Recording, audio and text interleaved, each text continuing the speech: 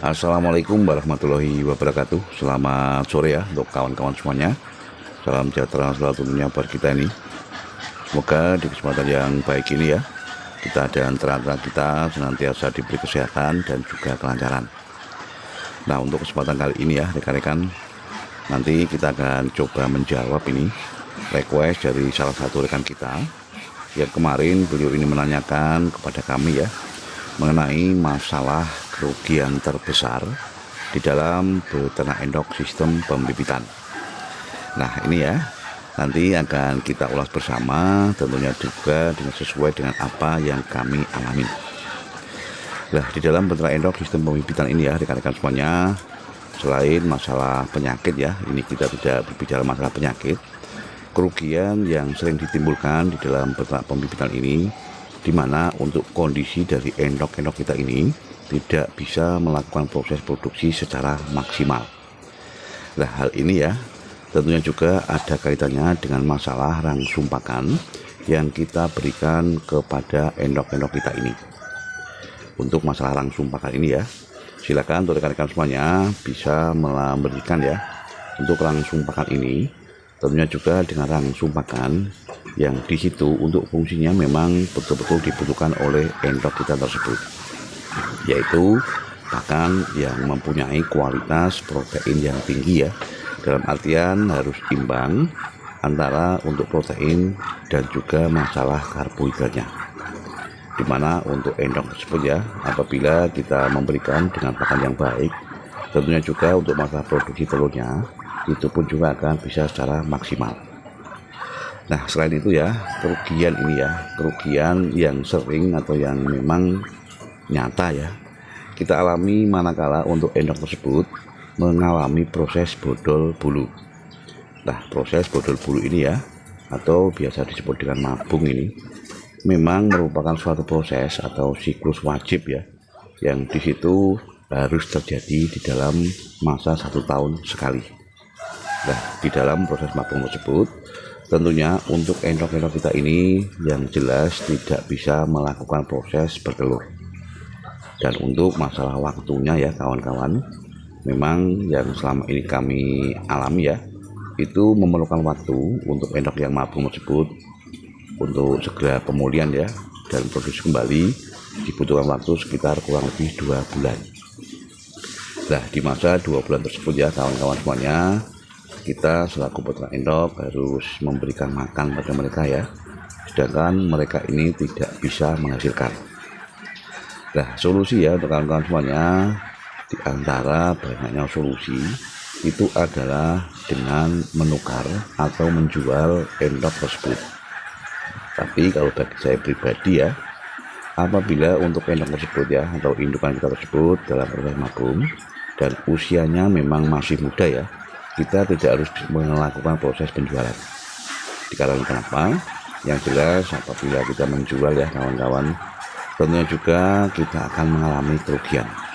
Dikarenakan kita harus mengganti dengan indukan yang baru ya, atau siapan, yang mana untuk proses mereka kawin dan betul kembali, itu pun juga memerlukan waktu yang lama.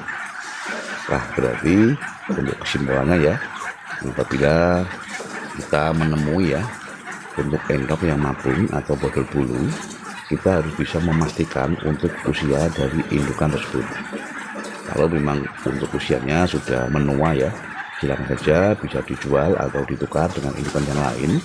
Tapi apabila untuk usia endok tersebut ya masih kategori muda, kita harus bisa mempertahankan. Nah, kenapa?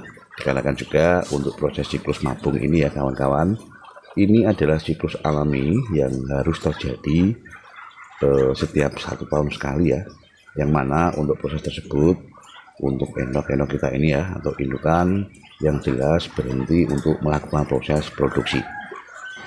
Nah, di momen bodol bulu ini ya kawan-kawan, itulah momen yang mana untuk peternak endok itu pasti mengalami kerugian.